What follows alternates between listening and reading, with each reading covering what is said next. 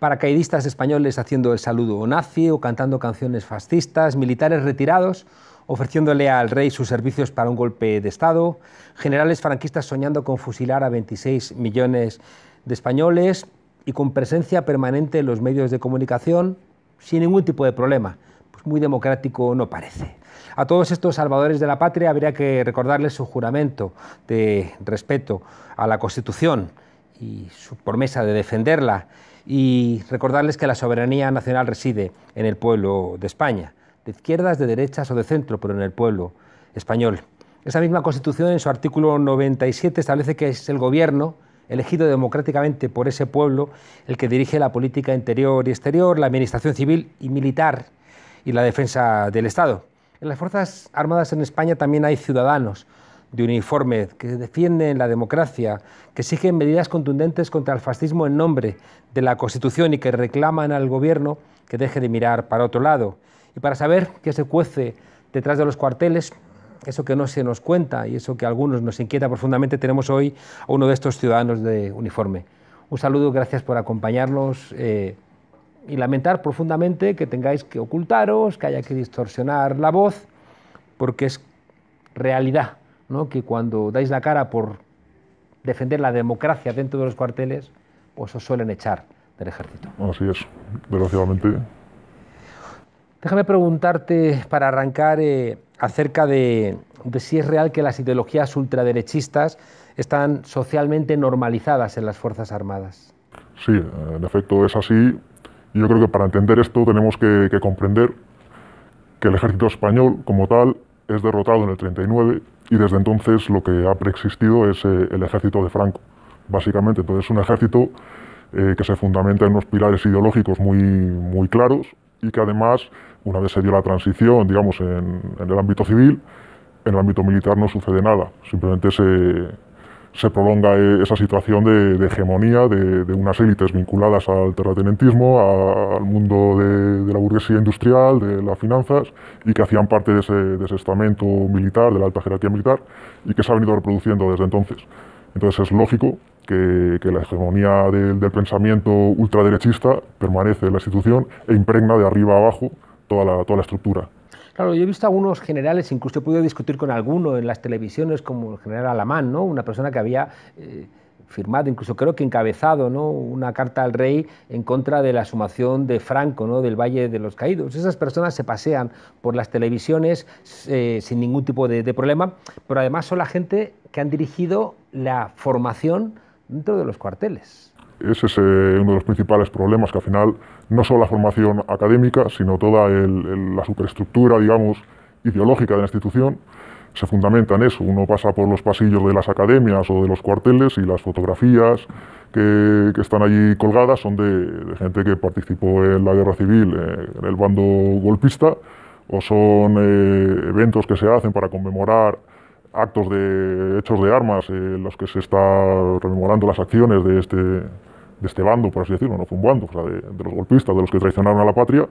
y ese es el perfil que se marca como a seguir a aquellos que entran en las academias o aquellos que entran en el ejército, que muchas veces, en su mayoría, no entran con un perfil ideológico determinado,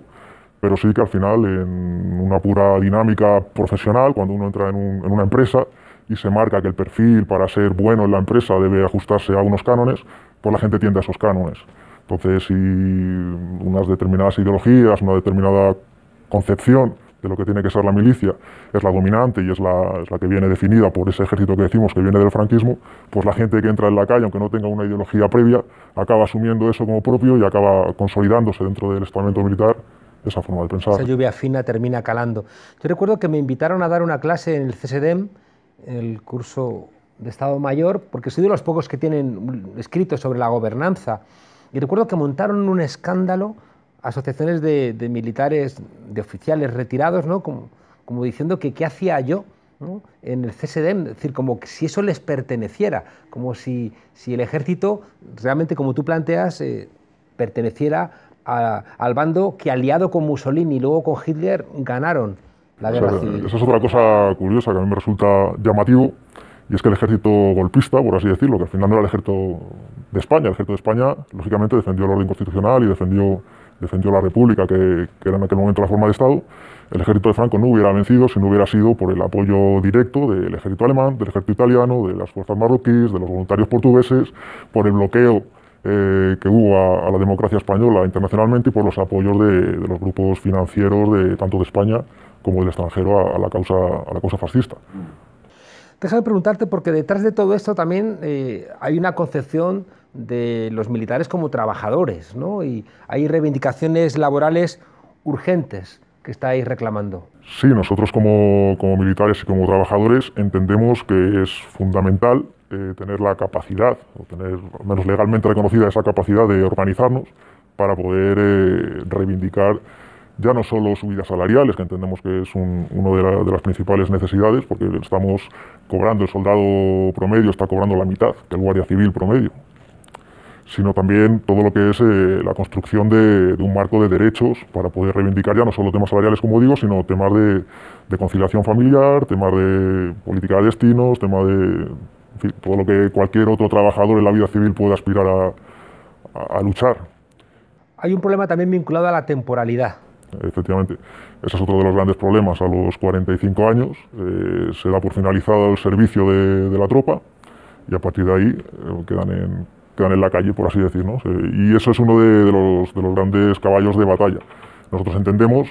que un militar profesional puede, por la edad, no tener que tener una vinculación directa a unidades operativas en los que se tiene una exigencia física, pero sí que hay numerosos puestos a nivel logístico, a nivel de administración, que podrían ocupar estos militares, o en cualquier caso se podría estructurar una política de desvinculación de la tropa para que vayan asumiendo otro tipo de trabajos en el ámbito de la administración, favorecidos por el Estado, ¿no? Eso, sobre la ley, sobre el papel, está reconocido que sea así y se supone que deberían haber políticas encaminadas a esa redirección de la tropa que sale del ejército, pero a la práctica no se da. No se da y estamos viendo permanentemente como no hay ninguna voluntad de que se dé. Es que además una buena parte de esos trabajos se subcontratan a otras empresas y podrían hacerlo, ¿no?, los miembros de la tropa. Efectivamente, hay trabajos sobre todo de vigilancia después de acuartelamientos que están dando compañías de seguridad privada, hay temas de logística a nivel de alimentación o de mantenimiento de los acuartelamientos, que al final son contratas civiles y que además llevan todo una política un poco de contrataciones cuanto menos oscuras en muchos casos. Sois muy críticos con el papel de la ministra Margarita Robles. Sí, bueno, creo que es evidente que no está moviendo absolutamente nada en el sentido de una mejora de las condiciones de la tropa, en el sentido de una democratización dentro de las Fuerzas Armadas y, por supuesto, la cosa más evidente es la nula participación a la hora de involucrarse en el tema de los grupos ultraderechistas que operan a sus anchas dentro del ejército. Mientras que se persigue a aquellos que claman por la democracia y por la democratización dentro de las Fuerzas Armadas, se deja operar a la ultraderecha como hasta ahora se la ha venido dejando, y eso nos parece que no es de recibo para una ministra que se dice socialista. La ministra Robles en algunos momentos de su trayectoria histórica plantó cara, ¿no?, a sectores que estaban, por ejemplo, de la Guardia Civil implicados en casos de tortura, incluso de asesinato, ¿no? ¿Y qué ha ocurrido para que ahora...? Pues eso tendríamos que preguntárselo a la señora ministra, pero desde luego que en lo referente a las Fuerzas Armadas no solo no hace nada, sino que parece justificar la situación que se vive y desde la ignorancia de lo que sucede, no ignorancia de que no lo sepa, porque efectivamente sabe lo que se está sucediendo, porque nos estamos encargando nosotros y otros muchos de tratar de sacar la luz, simplemente pues pasa de tema. Pues, Hay en todos los ejércitos, en todo el mundo, solo contaba Huntington, una concepción laboral muy especial porque el ejército se siente a sí mismo como los defensores en última instancia de la patria en peligro, ¿no? En la formación, en las escuelas, en la autocomprensión del ejército como articulado para un enemigo exterior, aunque en España es verdad que desde el siglo XIX el enemigo del ejército ha sido un enemigo interior, ¿no? Pero esa concepción del ejército como el defensor de la patria en peligro le hace tener una concepción de la patria casi patrimonial. ¿No ha tenido algún problema la izquierda con la patria que le ha dejado a la derecha y por tanto también a esa penetración en el ejército de intereses de derecha y de extrema derecha sobre la base de la patria, ya que la izquierda no ha sido capaz de hacerse con una idea de nación atractiva, en este caso para el ejército? Efectivamente, yo creo que gran parte del problema es ese, que no existe una concepción de la patria alternativa al patrioterismo de la derecha, y eso ha dejado el campo pues, abierto al planteamiento de las derechas tradicionales. Y ese es el gran problema con el que se enfrenta, que al final el soldado que puede sentir la patria como un proyecto colectivo y como un proyecto de comunidad, de solidaridad entre las personas que la conforman, pues no tiene argumentos a los que agarrarse, ni tiene un sostén, el aparato político, por así decir, que le dé fuerza a ese discurso, ¿no? Entonces, al final, la patria se reduce a lo que plantea la derecha, a la bandera y a una concepción patrimonialista en el que tiene que ser lo que el general diga, lo que está fuera del común. Pero es que el Partido Popular, que llena Madrid de banderas, ¿no? Es el partido que más ha robado a España. Es el partido que más dirigentes tiene imputados o en la cárcel por ladrones a España. Y Vox plantea que los gobiernos de la dictadura que pusieron en marcha una guerra donde murieron al final 600.000, 700.000 españoles, 200.000 fusilados por ellos mismos, no puede ser la idea de España que pueda asumir un militar. Creo que es urgente pensar una patria diferente, una España diferente, donde los militares o la gente que quiera tener una patria se pueda encontrar a gusto. Sí, así es. Yo creo que viene incluso del discurso de la guerra civil. O sea, al final se ha asumido que el bando nacional era el nacional y que el bando republicano era el republicano y ya está. No, realmente el bando nacional, el bando que defendió la patria, fue el bando republicano, el ejército que combatió defendiendo la patria fue el ejército republicano, y yo creo que debería de ponerse en valor que un ejército, que como fue el ejército de la República en ese momento, sostuvo una guerra durante 3 años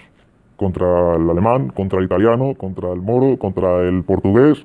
y contra los regímenes fascistas y contra el gran capital, y aguantó 3 años heroicamente, ¿no? Y entonces eso no se le reconoce. Igualmente que al final los propios miembros de ese ejército que se disolvieron, que anduvieron por Europa, fundaron guerrillas, lideraron la resistencia en Francia, lideraron partidas guerrilleras en Rusia, lideraron unidades como por ejemplo la 9 famosa que liberó París, y toda esa memoria histórica ha sido convenientemente enterrada para no generar ese contravalor que pudiera hacerle sombra al relato de la derecha. Uno de los militares emblemáticos de la democracia española, el general Quintana Lacacia, asesinado tristemente por ETA, fue el que detuvo el avance de la Brunete hacia Madrid, el 23F, pero en unas declaraciones él decía: yo he trabajado con mi general Franco, yo estuve en la División Azul, yo estoy honrado por haber trabajado con el generalísimo. Él me mandó obedecer al rey Juan Carlos. Ese día el rey Juan Carlos, muy tarde por cierto, me mandó parar el 23F y lo paré. Si me hubiera mandado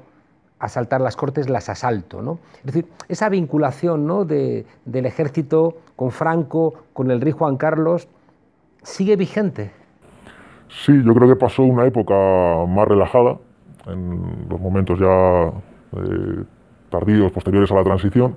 en que, bueno, parecía que ser de ultraderecha no estaba bien visto,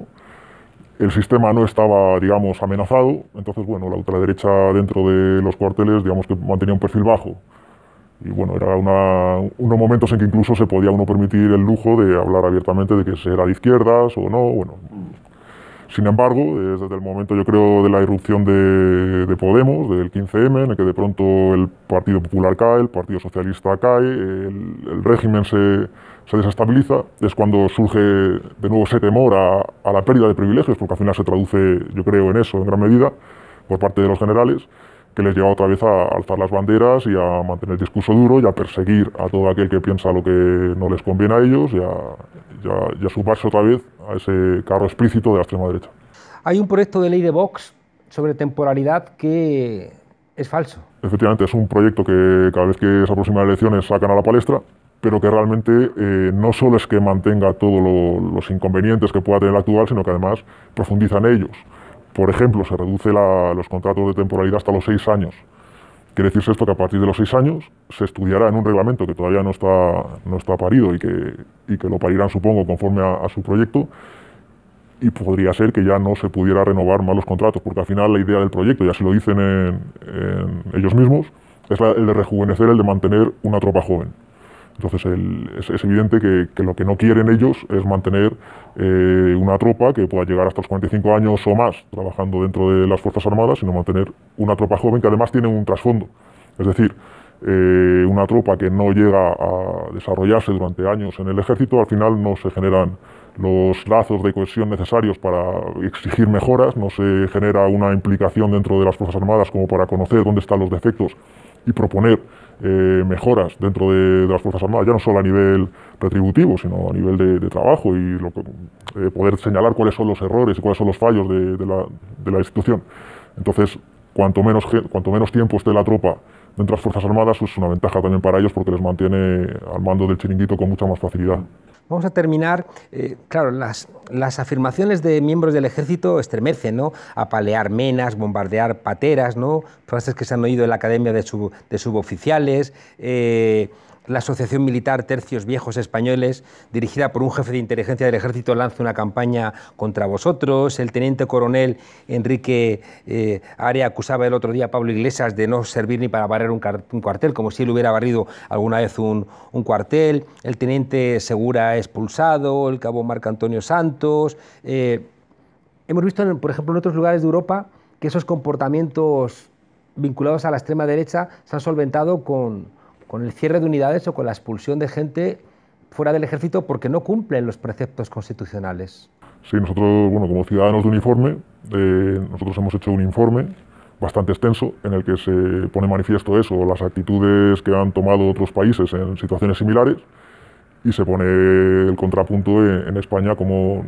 lejos ni de parecerse a ese tipo de actuaciones, aquí parece que se les da cuartel para que los generales sigan con sus dinámicas y la ultraderecha siga acampando en sus aires. ¿Es posible frenar esta penetración de la extrema derecha en el ejército? Yo creo que sí, pero claro, evidentemente se necesita voluntad política. O sea, desde las academias se puede trabajar en ello, desde los controles propiamente, desde las propias unidades se puede trabajar en ello, pero se necesitan mecanismos de control y esos mecanismos yo creo que pasan también por una normalización del mundo del trabajo dentro de los cuarteles, una posibilidad de sindicación, de un asociacionismo libre, y no como el que hay ahora, que es una especie de tutela de lo que hay con las asociaciones, y todo eso va a llevar a la transparencia dentro de los cuarteles para que se pueda llevar a cabo una política un poco de limpieza y de decoro democrático dentro de la institución. Muchísimas gracias por acompañarnos aquí en la frontera. Suerte, ¿no? Yo creo que en otros momentos de la historia el ejército español, muy vinculado ciertamente al pueblo, ha sido, bueno, el responsable de gestas heroicas. En 1808, en 1868 con la Revolución Gloriosa, como bien planteabas antes, en 1936 parándole los pies al fascismo cuando fue un paseo en Alemania, fue un paseo en Italia, fue un paseo en Francia, ¿no? La imposición del fascismo, y aquí les costó Dios y ayuda. Recuperar ese ejército, ¿no? Vinculado al pueblo, vinculado a una idea de España que no sea la idea de estos ladrones, ¿no? Parece que es una tarea pendiente y hay que trabajar, y yo creo que vuestro trabajo va en esa dirección, así que muchas gracias. Gracias a vosotros por darnos voz. Hasta pronto. Hasta luego.